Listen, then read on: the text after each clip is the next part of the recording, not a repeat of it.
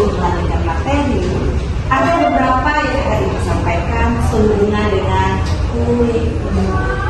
Jadi tujuannya kita akan mengetahui mengapa kurikulum itu perlu berubah. Oke Cinta? Jangan Ibu absen. Kurikulum adalah rancangan yang dibuat oleh guru di dalam membuat, menyusun strategi pemasaran atau bagaimana strategi pembelajaran itu dapat ditransport dengan baik kepada peserta didik. Alasannya satu, kurikulum perlu dirubah karena semakin maju dan pesatnya teknologi ini membuat kurikulum tersebut harus relevan seiring dengan perkembangan dan kebutuhan peserta didik. Satu yang menjadi dasar mengapa kurikulum perlu dirubah. Jadi seperti ini. Ini awalnya KTSP 2006. Lalu ada juga kurikulum 2017, kurikulum 2013, revisi kurikulum 2013, dan sekarang yang namanya kurikulum Merdeka Belajar. Ananda sekalian, dari materi yang telah Ibu sampaikan, sekarang kita lanjut untuk tanya jawab. Sejauh mana penjelasan kalian, pengertian kalian, apa yang sudah nyangkut di dalam hati dan otak kita semua bahwa mengapa kurikulum itu perlu dirubah? Ibu akan bertanya kepada Beckham. Definisi kurikulum apa, Beckham? Ya. Pengertian kurikulum adalah perangkat rencana dan pengaturan mengenai tujuan, isi, dan bahan pelajaran serta cara yang digunakan sebagai pedoman penyelenggaraan kegiatan pembelajaran untuk mencapai tujuan pendidikan tertentu. Oke, tepuk tangan.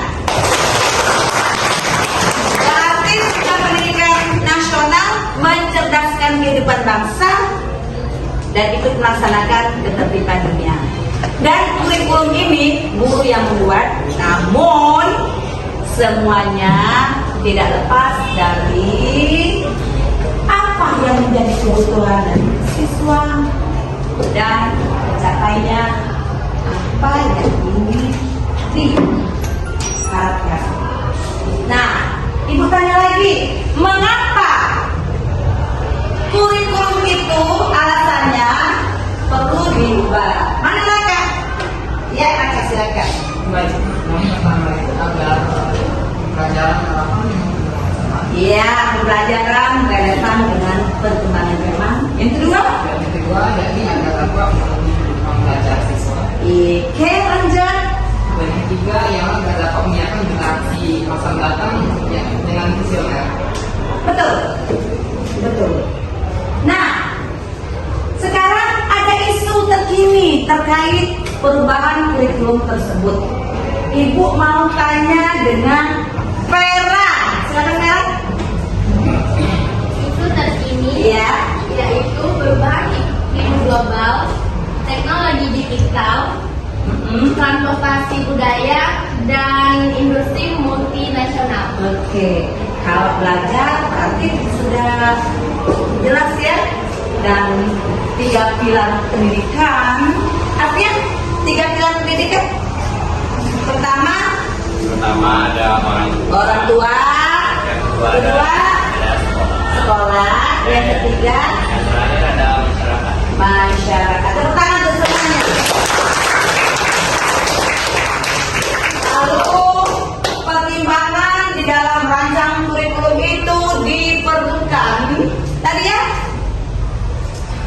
pertama ada kebutuhan. Yang pertama, Ada kebutuhan. Ya. Kedua pendapat. Yang ketiga pengalaman. Yang keempat hasil belajar. Dan kelima kepentingan. kepentingan, kebutuhan, pengalaman, hasil belajar. Mengapa kurikulum itu perlu dirubah, Andre? Karena pengaruh pembaruan kurikulum sangat banyak. Oh, oke, tepuk tangan. Anak-anak sekalian, setelah kita tanya jawab, setelah kita menyimpulkan, di akhir pembelajaran, Ibu ingin mengetahui refleksi aksi nyata dalam materi ini. Ya, adakah yang ingin bertanya? Silakan sebutkan namanya. Oke. Perkenalkan, nama saya Adelia. Setelah itu saya ingin bertanya mengapa kurikulum itu berhubungan dengan pengalaman dan kebutuhan. Oke, mengapa kurikulum itu berhubungan dengan pengalaman dan kebutuhan? Sangat, karena untuk merubah atau berubahnya, mengapa kurikulum itu perlu berubah, faktor inilah yang menjadi alasan atau pertimbangan, yaitu alasannya seperti yang telah dikemukakan oleh teman kita tadi, ada berbagai macam item, salah satunya pengalaman dan kebutuhan. Kebutuhan itu setiap siswa, setiap manusia itu memerlukan kebutuhan yang berbeda-beda. Untuk mencapai kebutuhan tersebut diperlukan sumber daya. Sumber daya yang ada di manusia, terutama dalam kurikulum ini, yaitu SDM manusia sendiri dan juga materi serta hal-hal yang berhubungan. Karena beda satu sama lain kebutuhan. Butuh. Kalau di tahun sekarang, di era globalisasi, kalau zaman dulu beda belajarnya sekarang. Sekarang ini perlu canggih. Jadi pemerintah membuat satu program yang namanya e-kinerja, yang namanya PMM, Platform Mengajar Merdeka. Di sini merdeka, merdeka artinya setiap siswa diberi sesuatu minat belajar untuk memenuhi kebutuhan masing-masing sesuai dengan tingkat kompetensinya. Misalnya ada yang dapat nilai A, ada yang dapat nilai B, ada yang dapat nilai C dan D, semuanya beda. Dan inilah perlunya kurikulum untuk mencapai tujuan yang diharapkan, yaitu mencerdaskan kehidupan bangsa. Kebutuhan dan pengalaman. Pengalaman itu merupakan sesuatu yang sangat berharga.